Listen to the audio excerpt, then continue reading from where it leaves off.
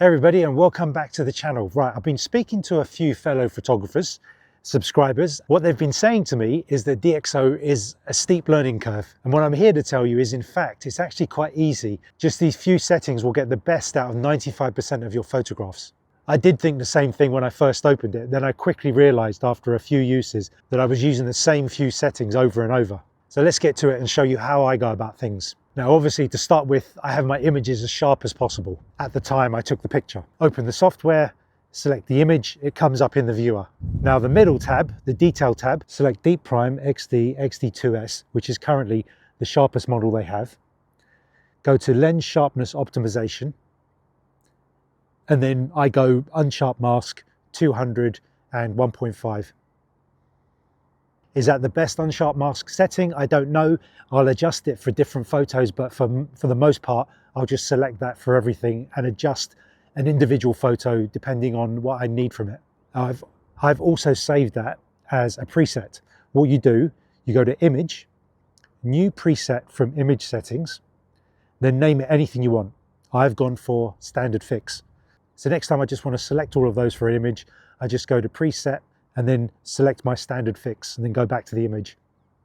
And then I'll just render to JPEG. The only real extra thing I'll do outside of this is adjusting the exposure, which can vary wildly from image to image. After doing the AI stuff, go to the exposure panel and just increase the slider. You might need to bring up some shadows or bring down some highlights. Personally, I like to take a lot of pictures and I don't want to sit at a PC all day working on dozens of different settings for all these photos.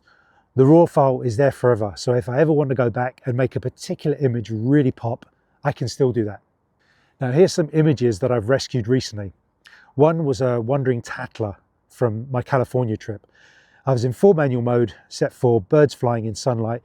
The bird flew from the light into the shade and therefore it ended up very underexposed. At the time, I thought it was fit for nothing but the bin, but once home and I was given the DxO software, the photo could be rescued enough to keep. I then went back through some older images than that and found this barn owl from 2021.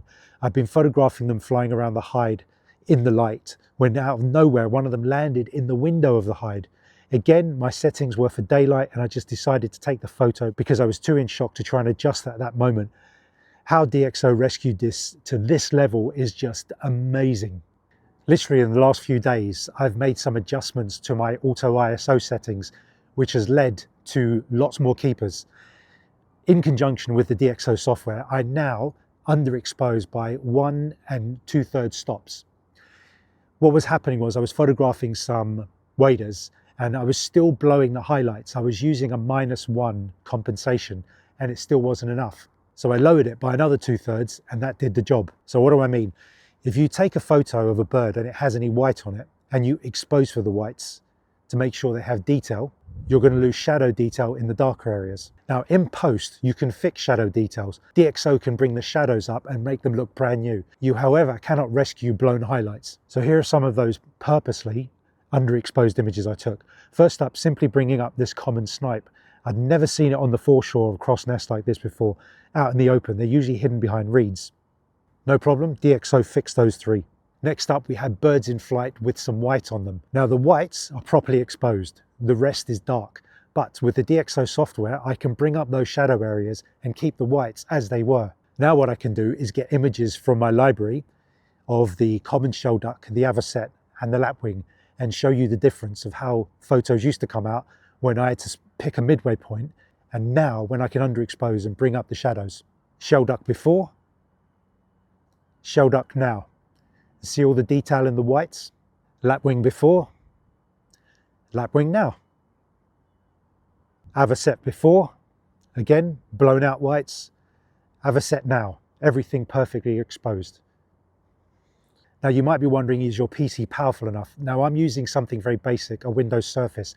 It's only got 8 GB of RAM, it's very slow, but it does the job for now. I will be upgrading this year for sure. I'll be looking at something with 32 GB of RAM. For now, I leave an image rendering on DxO. I'll go away and make a cup of tea or I'll do something else, come back, work on it, leave another one rendering. That's just what I've got to put up with for the moment. But it's just to point out, you don't need anything too powerful to do the basics. Also another little update, somebody asked me, did I have to render to DNG? In my first DxO video, I said, you took the raw file, you rendered it to DNG with just the AI fix, and then you did the sharpening afterwards. You didn't want to do the sharpening and then the AI because it would cause artifacting.